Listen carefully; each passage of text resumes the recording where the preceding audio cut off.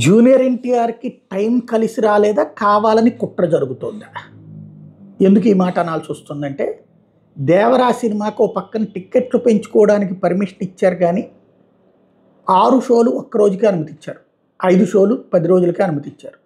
అది కూడా తక్కువ రేటే పెంచుకోవడానికి, పూర్తి స్వేచ్ఛ వల్ల. ఇదివరకైతే కనుక 100, 200, 300 పెంచుకోవడానికి కూడా అనుమతులు ఉండేవి.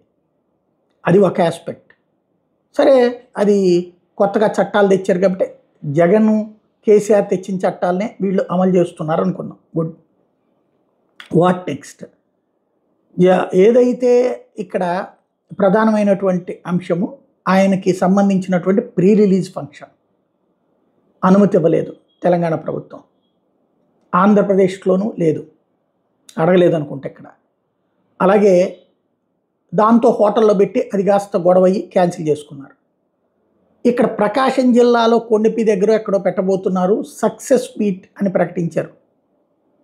తీరా చూస్తే శ్రేయస్ మీడియా అదంతా ట్రై చేసింది, కానీ ఆంధ్రప్రదేశ్ ప్రభుత్వం అనుమతి ఇవ్వలేదా? అడిగారా? ఇవ్వలేదా?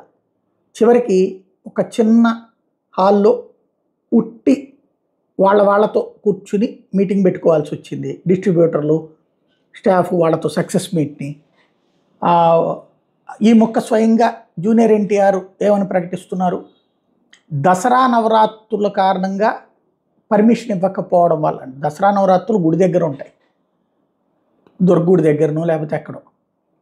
బయట కార్యక్రమం ఇంకా దసరా టైంలో ఖాళీగా ఉంటుంది పల్లెటూళ్ళు, అంటే జనాలందరూ ఇళ్ళకి వస్తుంటారు, సరదాగా ఉంటుంది, ఆ టైంలో చేసుకోవచ్చు. బట్ ఎందుకు ఇలా ఇబ్బంది పెడుతున్నారా? అది మాట్లాడలేని పరిస్థితి. చూడాలి.